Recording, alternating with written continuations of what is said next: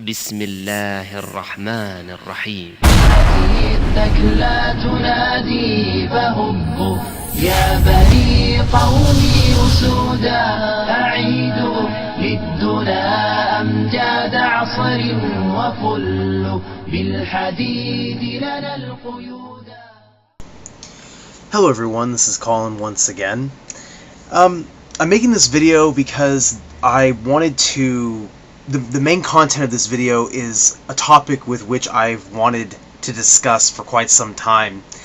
And I also wanted to do this video because since Ramadan is approaching, I'm pre-recording this video. It's still, I'm actually making this video well before Ramadan.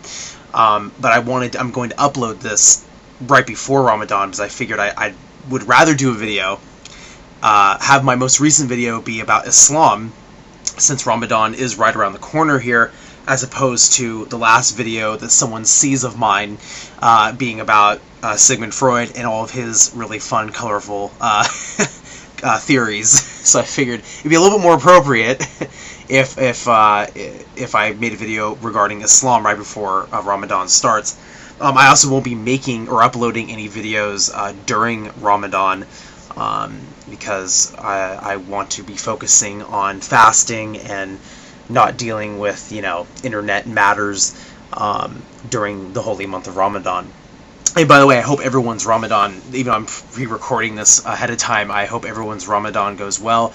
I hope, inshallah, that we all gain the blessings of this month and that we can enjoy our time with friends, family, and of course getting closer to Allah subhanahu wa ta'ala, God Almighty. Having said that, actually this video really isn't about Ramadan specifically. I've titled it Ramadan 2010. The main theme of this video, like I said, I've wanted to make this video for a while now, for about a year now. I was going to title it The Psychology of Those Who Hate, but I figured that I would just, not title the video that, but talk about this subject.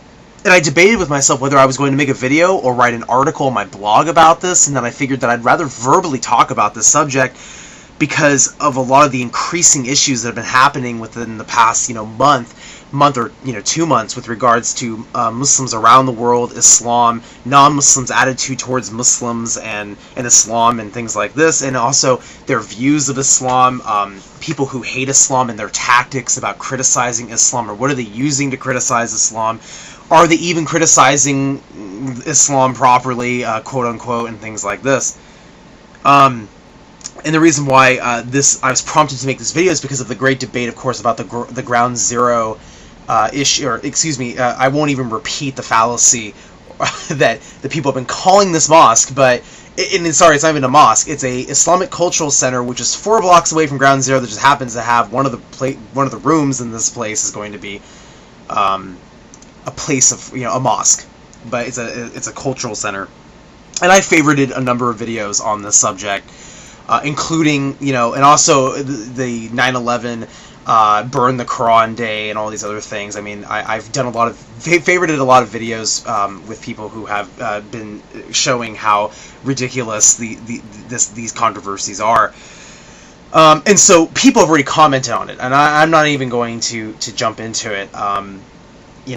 The fact is, I don't live in New York.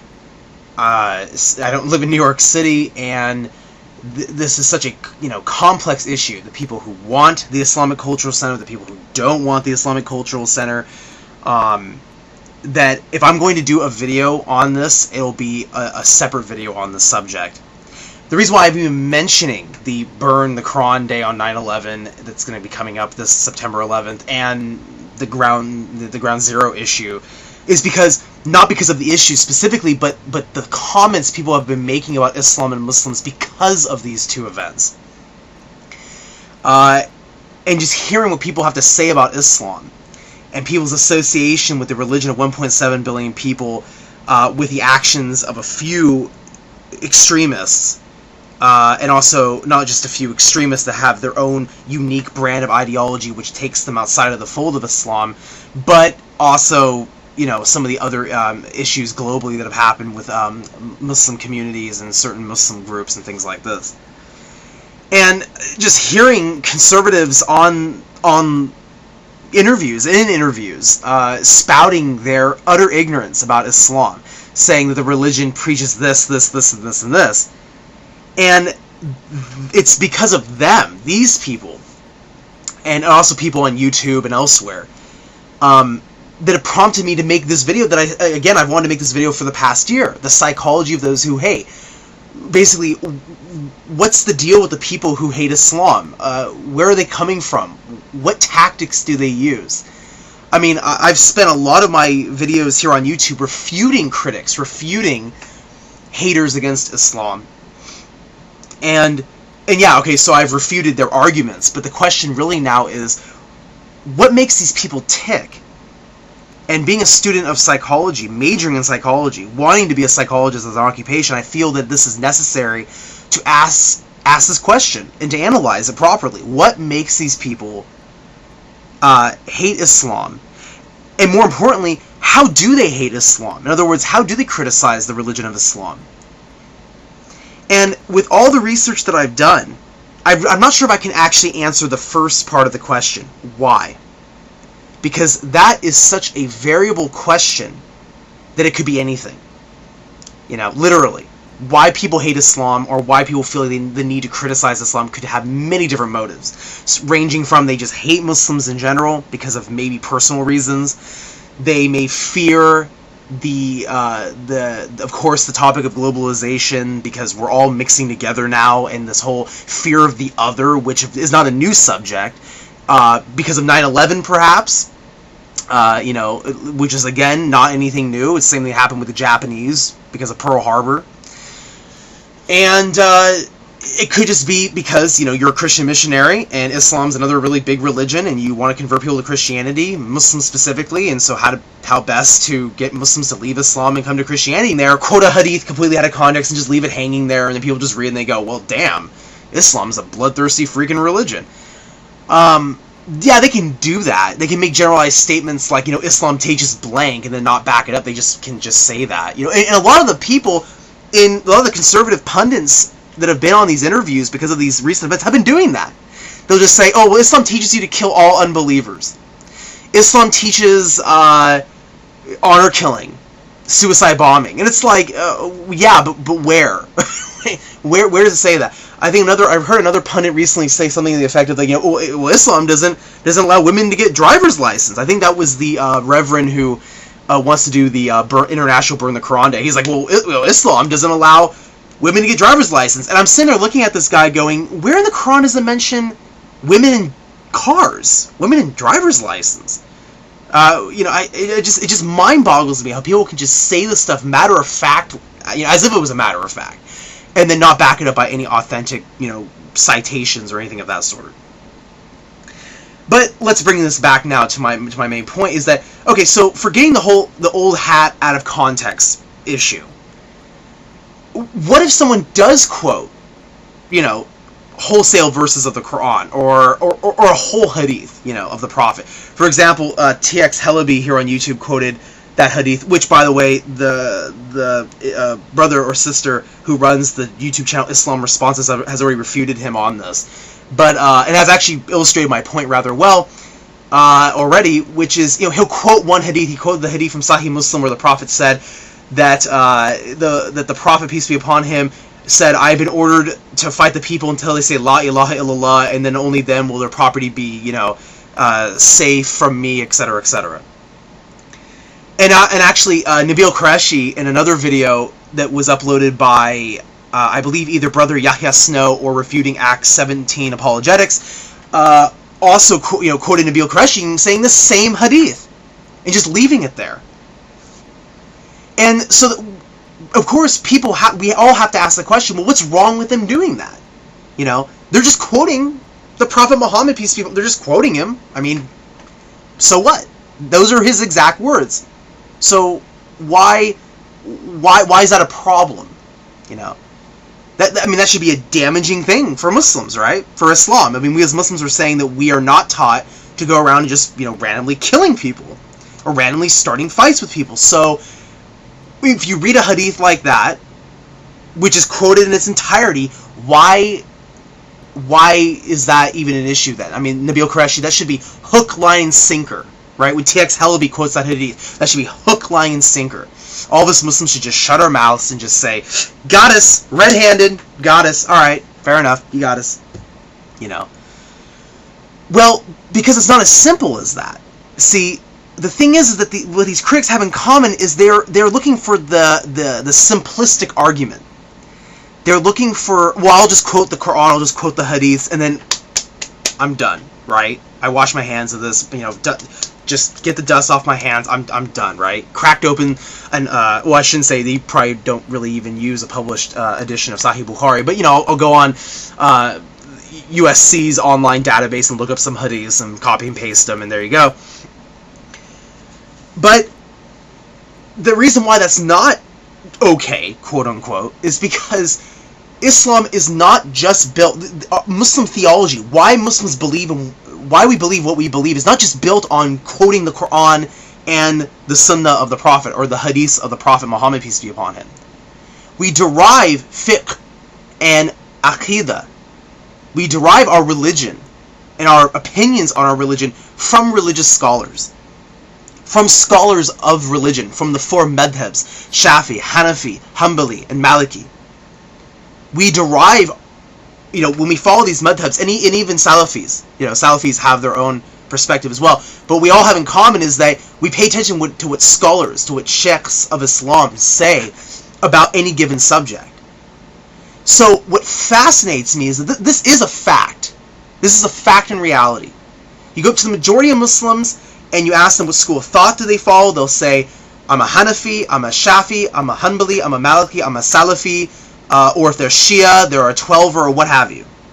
But what they all have in common is that they're following the opinions of sheikhs, these fatwas given by sheikhs, or books written by sheikhs that help us to interpret the Quran and the hadiths. Tafseer helps us to interpret the Quran and the hadiths. And tafsir is in the form of classical tafsir or even modern commentary, like ones you find in Abdullah Yusuf Ali or Muhammad Asad, who specifically drew upon. If you look at his bibliography, he drew upon the classical tafsirs. And I've mentioned this in many of my different videos. But the point I'm trying to make here is that we don't just read the hadith. I mean, some hadiths are just, they're very plain. It's like, okay, there it is. Okay, the Prophet said this, you know, and there it is, right? But there are reasons why scholars did commentary on Sahih Bukhari and Sahih Muslim, and actually every single hadith every hadith collection has commentary to it. Why? Why is there tafsir for the Quran? Why? Because these things were started by the Prophet Muhammad, peace be upon him, himself. And the companions, the Sahaba. They're the ones who started the concept of commentary. The Prophet started tafsir, because there's a whole collection, in the collections of hadiths, there's a whole chapter called Tafsir of the Quran, and the Sahaba carried on the tradition of tafsir and carried on the commentary on hadiths. They would discuss the hadiths amongst themselves. They would talk about, and this carried on to the other righteous generations, including the generations of the four imams and the founders of the four madhabs. So this is something that is a part of Islam. Now, why is this important? Because when someone like TX Halabi, or anybody for that matter, quotes a hadith like the one found in Sahih Muslim where the Prophet said, I've been commanded to fight the people until they say La ilaha illallah, there's more to it than just quoting that text. Alright? The next question for an educated Muslim, or someone who is a non-Muslim who is an academic, intellectual person, will ask, okay, so what do the Muslims actually say about this hadith? You know, it's a question that should be asked if you are intellectually and academically honest. And so you look at, for two examples, one from the Shafi school of thought, Imam Nawawi, and from the Hanbali school of thought, Sheikh Ibn Taymiyyah, may Allah be pleased with both of them, are very clear when they say, and again, Islam Responses has already dealt with this. I'm just repeating what Islam Responses has said about this topic, and I've dealt with this in past videos of my own, that this verse is referring to the enemy, pagan Quraysh, that were already fighting the Muslims. and this is not an overgeneralized statement against everybody. This is against people that are hostile against you. This is not a blank check to go and harass everybody who is not a Muslim already. Okay? So that is the commentary. I know for a fact that's what Imam Nawawi says. If you want to see Ibn Taymiyyah's exact words, please see Islam Response's video where Ibn Taymiyyah is quoted. But Imam Nawawi, in his commentary of this hadith, mentions the fact that this is referring to the pagan Arabs, the enemy Quraysh, not just all pagan Arabs, but specifically the Quraysh that were actively fighting against the Muslims. But see, you wouldn't know that if you just read the hadith and went, alright, I'm done, thanks, and then slapped it on a YouTube video and said, look what Islam teaches. Because the problem with that is that as Muslims, we don't just derive our final rulings on, our final views on the verses of the Quran and the hadith just from reading the Quran and the hadith. We look at what scholars say, because they bring us the historical contexts. They bring us the views of the Sahaba, of the companions of the Prophet, the ones that were sitting there with him when he spoke these hadiths, or when the Quran was revealed and they were there and they saw these things. So this is an integral part of Islam. So the thing is that there are critics here on YouTube who have told their followers, don't pay attention to what Muslim scholars say. And they say that for two reasons. One, because they just say, oh, well, Muslim scholars are just trying to sanitize and whitewash stuff. They're just trying to make a more PG version of Islam, right? Or they'll say the infamous, for them it's the famous statement, oh, these scholars and all these Muslims that try and whitewash, they're just doing taqiyya. They're just sanctioned to lie about these things to make the religion look better. And that is amazing that people think that, because they're ignoring the fact of the reality that this is how Islam stands, that you have these doctors of law or scholars of fiqh that we all look to as Muslims, depending on what madhab we follow. We look to these people to get the ruling of the verses of the Quran and the hadith to understand what Sharia is really saying. We derive it from their opinions, from their fatwas. And are there differences of opinions about certain things? Absolutely. But when it comes down to the historical context, to like why these things were said, that's very important to look into. And so critics may hate this. They may make up like, well, but it is but that's not fair. I mean, you're saying that the Quran's not really saying what it's saying. But again, here's the point. Here's the fact of the matter. You can make up as many excuses as you want. But if you're going to refute a religion, you have to look at all of the aspects of the religion. If you want to get your point across to the followers of a faith, you have to play by their rules. In effect, you have to show them what their scholars are saying. If you're just going to quote the Bible, or if you're just going to quote the Bhagavad Gita, if you're just going to quote the Tao Te Ching, if you're just going to quote the I Ching, and just say, and look, there it is. You have to look at the scholarship. This is intellectually and academically solid, and all religions follow this pattern. I mean, I would say that Judaism and Islam, more than a lot of other religions, have a very concrete scholarly background. I mean, you read the Talmud, there was commentary for literally Genesis chapter 1, verse 1, that goes on for like 3 pages. 4 pages. There are some verses that they're whole commentaries just for the book of Psalms. The Torah's commentary is vast. So, I mean, you go up to a Jew and you say to a Jew, hey, Jew, your Torah says this, and the Jew's looking at you like, yeah, but there's all this scholarship behind this one verse and what we believe, what our rabbis say about this one verse, and how we apply that. What's the interpretation? What's the opinion? So Islam and Judaism are very similar in that you have this very extensive scholarship.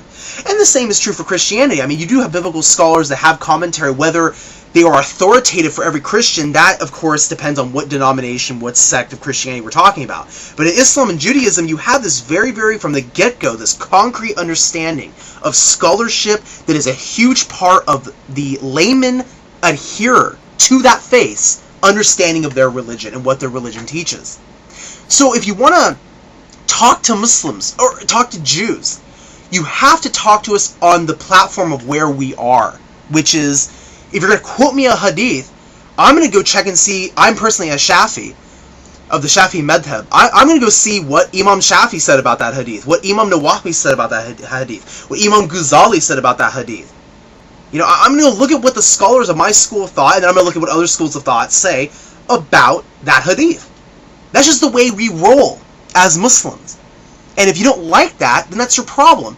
So really, when these people are just quoting you Quranic verses out of context, hadiths completely out of context, not telling you the historical background, they are effectively criticizing a religion that doesn't exist. They are attacking a religion that suits their needs to attack a religion on their own terms, not the terms of the religion. Because if you're going to get your point across, especially the Muslims, which is really your point, I mean, you're demonizing a religion, you're attacking a faith, you're trying to change, if you're a Christian missionary, you're trying to change the opinion of certain Muslims so they convert to Christianity. If you want to get us where it hurts, if you want to get us, you know, really get us, you have to go by what we're saying, by what we believe. So just because you quote me a verse in the Quran, I'm not just going to, like, you know, you're going to quote chapter 9 verse 5, I'm not just going to look at it and go, God, you got me, oh, man, you got me. No, I'm going to go see what does the Tafseer say, and what do scholars say about it? What do the prophets say about it?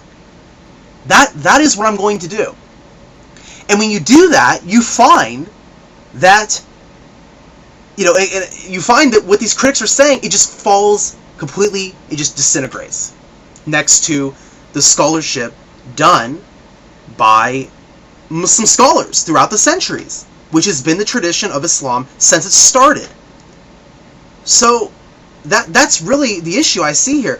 So again, how these people are criticizing, again, they are criticizing a religion that, you know, this may, you know, seem abstract, but they're quoting a religion that really the majority of Muslims don't follow. Now, for Quran-only Muslims that totally reject the hadiths, they're only following the Quran, that may work for them, you know. If the Quranists or the Quranites or the Quran-onlyists, whatever you want to call them, if they're the ones who are like, yeah, you know, I just follow the Quran, I don't follow any of this other stuff, I don't follow scholars, I don't follow hadiths, whatever, yeah, that may work for them. You may be able to quote a verse from the Quran and go, explain this, and they're going to be like, yeah, about that.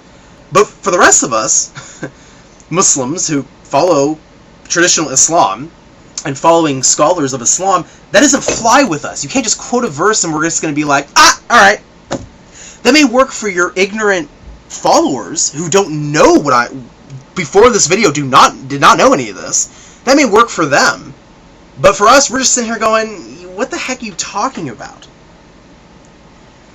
And another point I want to make, because this is another really famous subject, is you have critics who then will, I mentioned this earlier, they'll quote like Ibn Kathir, or sorry, not Ibn Kathir, my apologies, they'll quote Ibn Ishaq's Sirah, Tabri's histories, and they'll just go, yeah, see, the earliest strata, yeah, gotcha guys, look at all these crazy stories that are in these books, I gotcha good, how are you going to explain this one away? And we just sit there and go, we don't believe those are authentic. It's a very simple answer to that question. We do not hold the books of Ibn Ishaq and Tabari to be authentic. We don't derive our views of the Prophet from those documents. Unless, of course, the traditions, some of the traditions in there may be authentic. But the research that's been done by Muslim scholars on Ibn Ishaq and Tabari is that many of the scholars did not view Ibn Ishaq as being a reliable source of information. Tabari himself admitted that he was just collecting whatever he heard. And basically said, hey, don't blame me, guys. I'm just grabbing whatever I hear. And so a lot of the traditions in Tabari are not authentic. Ibn Ishaq is not authentic. Now, is that to say that there are no authentic traditions in those books? No, I'm not saying that. I'm sure there are. But where we derive our views of the Prophet based on how we view him so that we implement his sunnah in our life is by the hadiths, the authentic hadiths of the Prophet. Sharia is based on the Quran and the authentic hadiths of the Prophet Muhammad, peace be upon him. So when critics quote Ibn Ishaq and Tabari and these other, historians that didn't care about the science of hadith, we're just looking at you guys going, okay, but that doesn't affect us. Whatever. You know? That's just the fact and reality. You can quote you could do a video reading all of Ibn Ishaq all day long, and we just look at it and go, okay, cool. Now, the seers that are authentic are the ones that followed the science of hadith. So, we don't even have Ibn Ishaq's original. Ibn Ishaq is saved in two places. Ibn Hisham's authenticated version and Tabari. And what I mean by authenticated is that Ibn Hisham knew very well the science of hadith, and he went back and took out all of the weak, and there were many of them, the weak traditions that were in Ibn Ishaq, and only saved the authentic ones. And science of hadith parallels the development of the Sirah literature.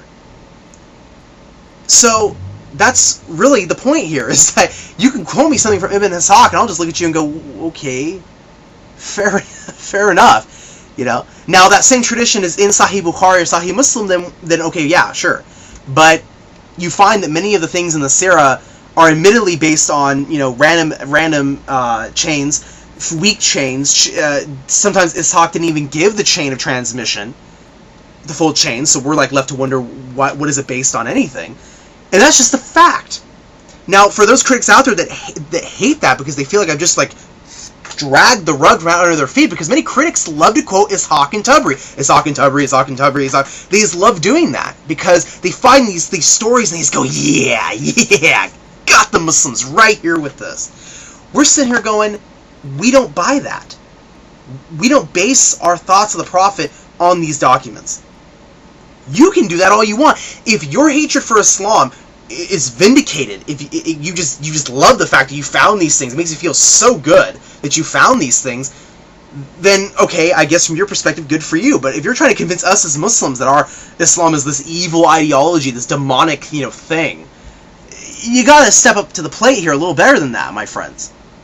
Because quoting us things that we as Muslims do not accept, it's akin to like when Muslims get into an argument with Christians and start quoting Gnostic scriptures or you know things like that, Gnostic, 4th century, 5th century documents. Sure, I mean, it may be an interesting conversation. Like, if I want to sit down with my Christian friends and we want to discuss, like, the Gnostic Apocalypse of Peter, or the Gospel of Judas, or the Gospel of Mary Magdalene, I mean, yeah, sure, the Gnostics believed those things. We can talk about what the Gnostics believed. But why in my right mind would I quote the Gospel of Mary Magdalene to an Orthodox Trinitarian Christian? Why? It makes no freaking sense. Because and why is that? Because the Orthodox Trinitarian Christian doesn't accept the Gospel of Mary Magdalene. Well, why? I could say, well, yeah, but the Gospel of Mary Magdalene is, it was written in her name. Surely that must be authoritative. And Christians are just looking at you going, you're crazy. Now, I know, people listening to this are going to go, well, wait a minute. Ibn Ishaq was in some of the earliest strata of Sirah, and the Gospel of Mary Magdalene was 400, 300, 400, years after Jesus. That's totally different. Well, my analogy still stands, regardless of time frame. What I'm really trying to say here is that, yeah, one may have been written later, one may have been written earlier, but what the scholars and what the authoritative personalities of the faith say is that they don't accept it. The adherents don't accept it. That's just the fact. I mean, sure, Ibn Ishaq was written pretty early on, but that doesn't mean that we as Muslims are going to take everything that he said. Because the hadiths were already being formulated. The hadiths were already verbally being talked about, being passed around. That's even proved by the hadiths themselves. There's hadiths in Sahih Muslim where you have a companion go to another companion and go, hey, can you tell us a hadith about the Prophet? I mean, this terminology was already being said during his lifetime and after his death. Right after his death, the companions were still talking about this. And so, regardless of when these things were written, the point of my analogy, of my parallel here between Christianity and Islam is that what do they have in common? The adherents do not believe that these documents are authoritative. And that's just the reality of it. There may be some people who want to go, oh man, damn, I really just wanted to get those Christians with the Gospel of Mary Magdalene. But it's like, the Christians are just looking at you going, we don't accept that. So similarly, we as Muslims do not accept Ibn Ishaq in its entirety. We just don't. deal with it, okay? Because when you start creating these arguments where you are attacking Islam based on all the things I've just said, whether you're quoting documents we don't accept, or you are ignoring wholeheartedly Islamic scholarship, you are effectively attacking a religion that is not practiced by the majority of Muslims. The only person you're really attacking are two people. One, Muslims that are Quran-onlyists, or maybe three. Let's just throw in a third hypothetical category. The second hypothetical category are Muslims that for some reason do actually accept Ibn Ishaq and Tabari as authentic. Then maybe you've won with that. And the third is what Muslims that just for some reason don't follow scholars for whatever reason. Whatever that personal reason for them might be, they just don't. Those are the only three hypothetical people that you can actually win an argument against. But for the rest of us sitting here as followers of traditional Islam, where we understand that the views of our faith are in the fatwas, in the books of the classical scholars, the medieval scholars, the scholars, even in today's 21st century, then your arguments fall flat to us. And that's just a fact.